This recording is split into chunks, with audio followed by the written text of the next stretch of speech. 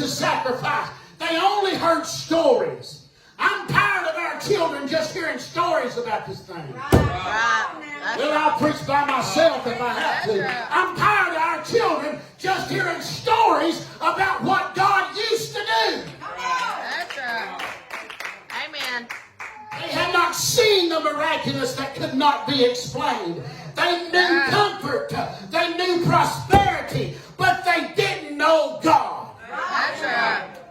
That's what we're living in right now. We're living in a generation that knew prosperity. We're living in a generation that knows comfort. We're living in a generation that don't know what it's right to do without. That when the call came for them to undertake the journey of some 900 miles to a city that was in ruins, to a temple that no longer existed, they simply could just not find it in themselves because the cost was too great and the shock to their system would have been too hard, and they refused their one true destiny for the hardship that might happen if they went back to the place that God intended them to be. And that's just like our generation today. We don't want to do it because it's too hard. That's right.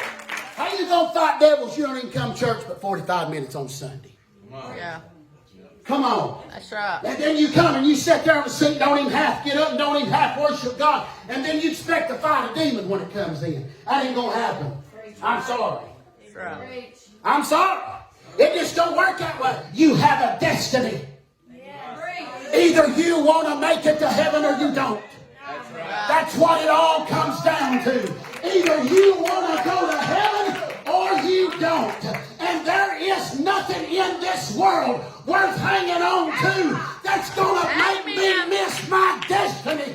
There's nothing in this world that's going to hold me back. Amen. From getting to that heavenly home that He's prepared for me. Amen. There's a generation gap that's happened somewhere.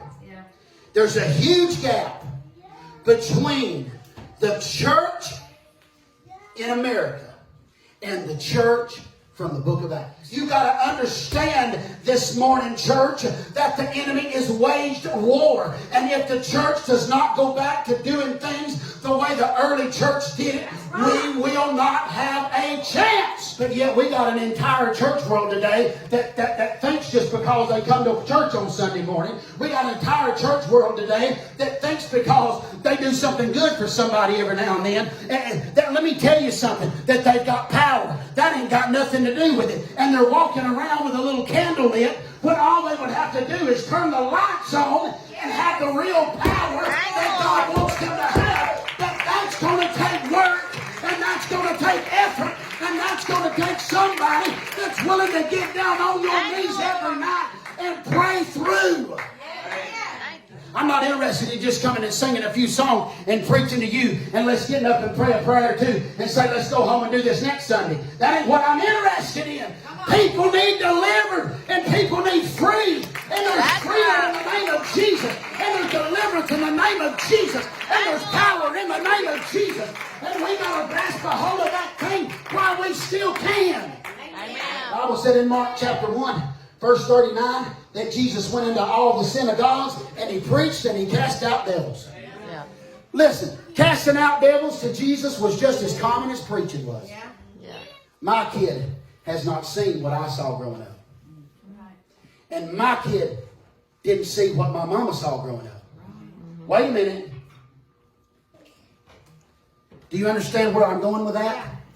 Little by little by little, my son is seeing less than 3 generations before him did.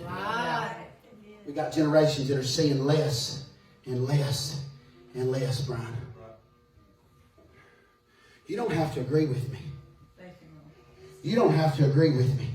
It doesn't matter if you believe it or not. It's true. I want to see him. I want to see him be able to tell his kids. I remember when the devil showed up and we cast it out. I remember when people had change in their life and they were gone by the time they left the house of God. I remember seeing people shout under the power and the unction of the Holy Ghost. That's what I want my children to be able to tell their children.